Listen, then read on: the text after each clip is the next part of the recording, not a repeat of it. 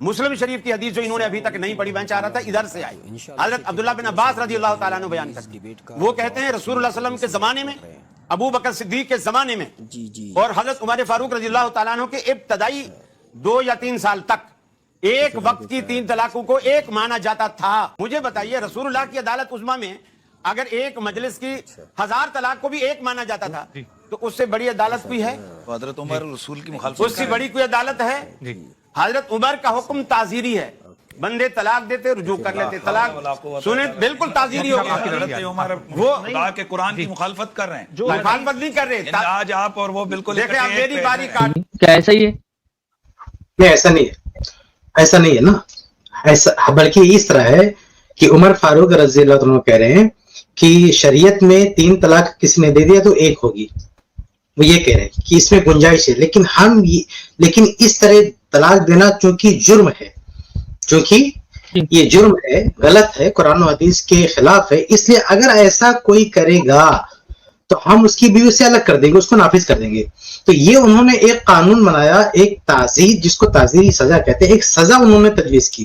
تو دونوں میں بہت فرق ہوتا ہے، شرعی فتویٰ میں اور ایک قانونی سزا میں بہت فرق ہوتا ہے۔ تو عمر فاروق رضی اللہ، میرا کیا سوال ہے، کلیئر کر لیجیے، آپ کے سوال کا ہی جواب دے رہے ہیں، آپ ذرا سن لیجیے، آپ کو جواب سمجھ میں آئے گا انشاءاللہ۔ جی، عمر فاروق رضی اللہ تعالیٰ عنہ نے جو کچھ کیا ہے وہ شرعی فتویٰ نہیں، انہوں نے ایک قانون بنایا ہے سزا دینے کے لیے۔ اور یہ بات ہمیشہ ذہن میں رکھیے کہ جب بھی سزا دی جاتی ہے کسی کو تو سزا میں اس کے لیے جو چیزیں جائز ہوتی ہیں وہ چیزیں اس سے چھینی جاتی ہیں۔ جیسے مان لو آپ نے کسی کو عمر قید کی سزا دے دیا تو اس کو اپنی بیوی بچوں کے ساتھ رہنا جائز تھا، اپنے گھر میں رہنا جائز تھا، تو ظاہر سی بات ہے جو عمر قید دیں گے کہیں بند کر دیں گے اس کو، تو بیوی بچوں سے آپ نے اس کو الگ کر دیا، اس کے گھر سے آپ نے اس کو الگ کر دیا۔ تو اب اگر وہ یہ کرنے لگے کہ یار ہماری بیوی کو اللہ نے ہمارے لیے حلال کیا، آپ کو نہ تو ہمیں جیل میں رکھنے والے، ہمارے گھر میں رہنا، میرا گھر خریدا ہوا ہے، اللہ نے میرے لیے زمین حلال کی، آپ کو نہ تو ہمیں اس کوٹری میں بند کرنے والے۔ تو کہیں گے کہ بھائی یہ تو تمہاری سزا ہے، ٹھیک ہے، اللہ نے حلال کر کے رکھا تمہاری بیوی کو، تمہارے گھر کو، سب کچھ تمہارا ہے، لیکن تم ایک جرم کر چکے، اس لیے اب تمہاری سزا ہے کہ یہاں تم بند رہو گے۔ تو یہی مسئلہ ہے کہ عمر فاروق رضی اللہ تعالیٰ عنہ نے جب سزا طے کی تو سزا میں اس سزا کا یہ مطلب نہیں ہوگا کہ بیوی حرام ہو چکی اس لیے الگ کر رہے ہیں، حلال ہے اس لیے الگ کر رہے ہیں، یہی تو سزا، ورنہ اگر وہ حرام ہوئی تو سزا کہاں ہے بھائی؟ اگر بیوی حرام ہوتی تو سزا ہوتی نہیں۔ تو سزا کا مطلب یہ ہے کہ بیوی تو حلال تھی، اس کے ساتھ رہ سکتا تھا، لیکن نہیں رہنے دیں گے عمر فاروق رضی اللہ۔ کیوں؟ کیونکہ یہ کتاب و سنت کی گائیڈ لائن کو فالو نہ کرتے ہوئے یہ طلاق کی عادت بنانا، یہ وہ جرم ہے، اس کی روک تھام کے لیے انہوں نے یہ قانون بنایا کہ ہم الگ کر دیں گے۔ تو یہ ہے ان کا مسئلہ، ان کا ایک قانون تھا، باقی شرعی فتویٰ الگ ہے، اس کو عمر فاروق رضی اللہ تعالیٰ عنہ بھی فتوے کی زبان میں اسی کو مانتے کہ بھائی ٹھیک ہے۔ جی اب بولیے کیا بولنا ہے؟ کہ جیسے آپ نے کہا کہ حضرت عمر رضی اللہ تعالیٰ عنہ نے نافذ کیا کہ ان کو الگ کر دیں گے، ٹھیک ہے، یہی ہے نا کہ طلاق تو واقع نہیں ہوگی لیکن الگ کر دیں گے۔ جب دیکھیں طلاق واقع ہو ہی نہیں رہی، ٹھیک ہے، تو شریعت کے جو کچھ قوانین ایسے ہیں کہ قانون ہے نا، شریعت حد طے کرے گی کہ کیا ہے۔ تو حضرت عمر رضی اللہ تعالیٰ عنہ نے شریعت سے اوپر جا کر، یعنی شریعت نے تو کوئی حدود نہیں لگائی، کوئی قانون نہیں لگایا کہ جو 3 طلاقیں دے گا تو اس پر یہ پابندی لگا دی جائے گی، یعنی اس کو اپنی بیوی سے الگ کر دیا جائے گا، ٹھیک ہے نا۔ تو حضرت عمر نے ایک ایسا کام کیا جو قرآن و حدیث میں نہیں ہے۔ آپ صرف حضرت عمر کو دیکھ رہے ہیں، آپ ان کو بحیثیت ایک مسلمان دیکھ رہے ہیں، آپ بحیثیت ایک حاکم دیکھیے۔ عمر فاروق رضی اللہ عنہ، اب سن لیجیے، آپ سن لیجیے، اس کے بعد بولیے گا، آپ کو موقع دیں گے، ٹھیک ہے۔ آپ کو یہ اشکال تب نظر آئے گا، تب محسوس ہوگا جب آپ ان کو بحیثیت ایک مسلمان دیکھیں گے کہ بھئی جب شریعت نے اس چیز کو حلال کیا ہے تو عمر فاروق رضی اللہ تعالیٰ عنہ کون ہوتے ہیں اس کو حرام کرنے والے؟ ہم آپ کے ساتھ ہیں۔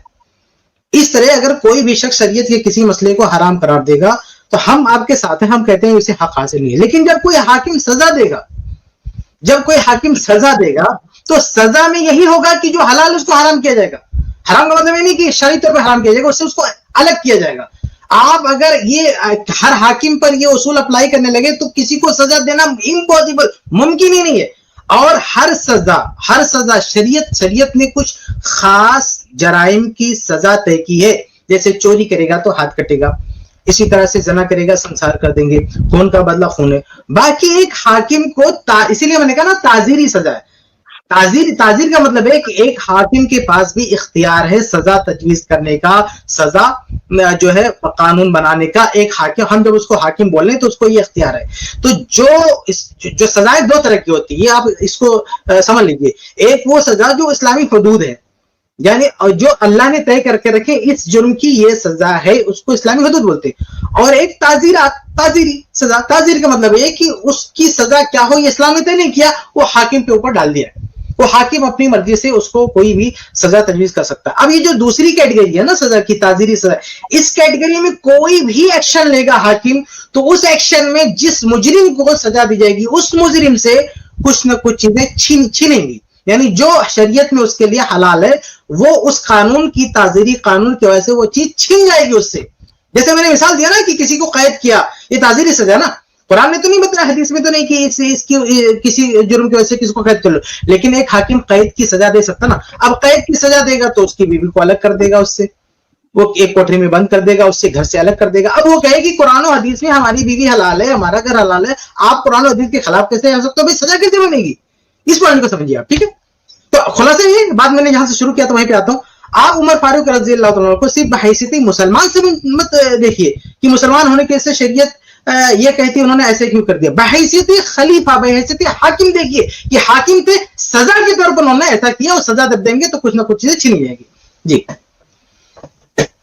مولانا صاحب میر، آپ نے کہا کہ سزا کے طور پر بحیثیت حاکم، تو حاکم بھی اللہ اور اس کے رسول کے حکم کا پابند ہے. ہاں، اللہ اس کے رسول نے اس کو یہ حق دیا. اللہ اس کے رسول نے اس کو حاکم کو ایک آپ صرف اتنا بتا دیجیے کہ ایک حاکم کا آپ کچھ اپڈیٹ ہے کہ نہیں، میں پہلے تھوڑا سا چیک کر لوں. ایک حاکم کے پاس تعزیری سزا کا اختیار ہے کہ نہیں ہے؟ جی دے سکتا ہے.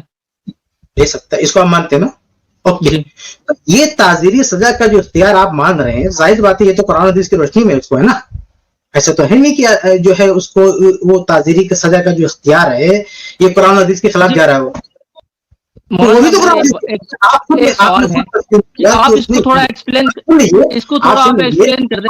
ایک منٹ آپ یہ بولیے گا، آپ اس بات کو سمجھے جب آپ نے خود یہ کہہ دیا کہ ایک حاکم کو تعزیری سزا کا اختیار ہے، اور آپ کیا کہیں گے؟ پوری دنیا کا اتفاق ہے، ہمارے علم کے اب تک کوئی بندہ پیدا ہی نہیں ہوا جو یہ دعویٰ کرے کہ ایک حاکم کو تعزیری سزا دینے کا اختیار نہیں.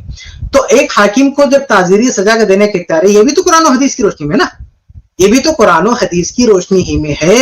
یعنی اسلام ہی نے اس کو یہ اختیار دیا. تو اگر کسی عام فرد کے لیے کوئی مسئلہ شریعت نے بتایا ہے وہ اسلام نے بتایا، لیکن ایک حاکم کوئی ایکشن لے، کوئی سزا لے تو یہ بھی اس کو شریعت نے اختیار دیا. دونوں میں کوئی تضاد نہیں ہے، کوئی ٹکراؤ نہیں ہے. ٹکراؤ تک وہ ایک عام آدمی اور دوسرے عام آدمی مل کے کسی مسئلے میں وہ کہے حلال یہ کہے حرام، وہ آپ ٹکراؤ کی بات پیدا کر سکتے ہیں. لیکن ایک عام آدمی اگر قرآن و حدیث کی روشنی میں اس کے لیے کوئی چیز جائز ہے اور ایک خلیفہ بطور سزا اس کی یہ سہولت چھین رہا ہے تاکہ اس کو سزا دی جا سکے، اس میں کوئی ٹکراؤ نہیں ہے. ایک حاکم کو شریعت ہی نے اس کو اختیار دیا. جی مولانا صاحب، آپ تھوڑا اس کو ایکسپلین کر دیں گے کہ حضرت عمر نے کیا سزا نافذ کی تھی واقعتاً؟ ایسی کیا سزا نافذ؟ طلاق کے جی ہاں یہی سزا نافذ کی تھی کہ اگر کسی نے طلاق سنت کے علاوہ کسی بھی طریقے سے طلاق کی بدعت دیا، ہم اس کی بیوی کو الگ کر دیں گے، اس چیز کو اس پہ نافذ کر دیں گے.